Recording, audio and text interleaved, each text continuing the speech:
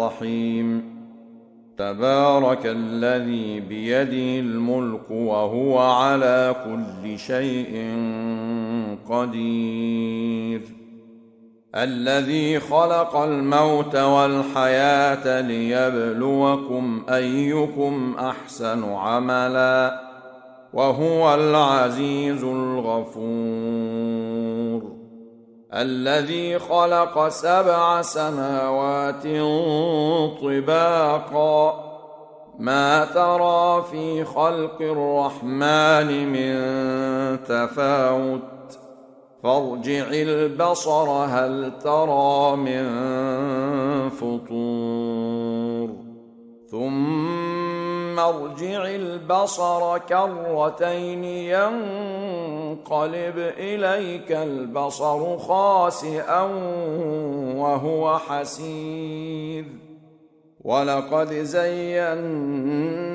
السماء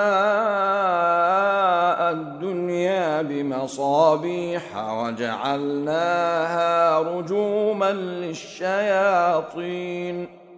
وأعتدنا لهم عذاب السعير وللذين كفروا بربهم عذاب جهنم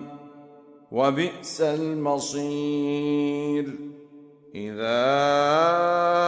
ألقوا فيها سمعوا لها شهيقا وهي تفور تكاد تميز من الغيظ كلما ألقي فيها فوج سألهم خزنتها ألم يأتكم نذير قالوا بلى قد جاءنا نذير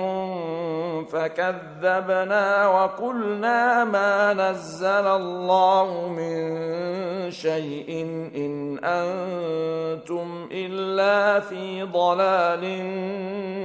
كبير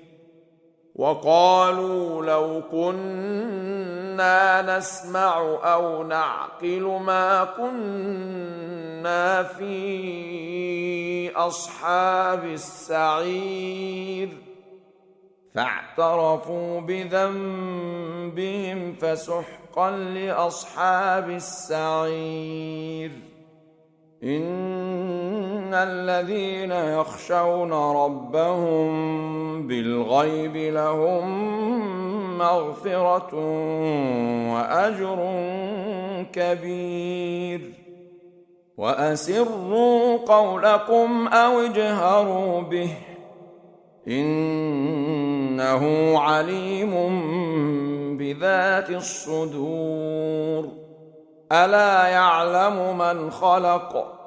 وهو اللطيف الخبير هو الذي جعل لكم الأرض ذلولا فامشوا في مناكبها وكلوا من رزقه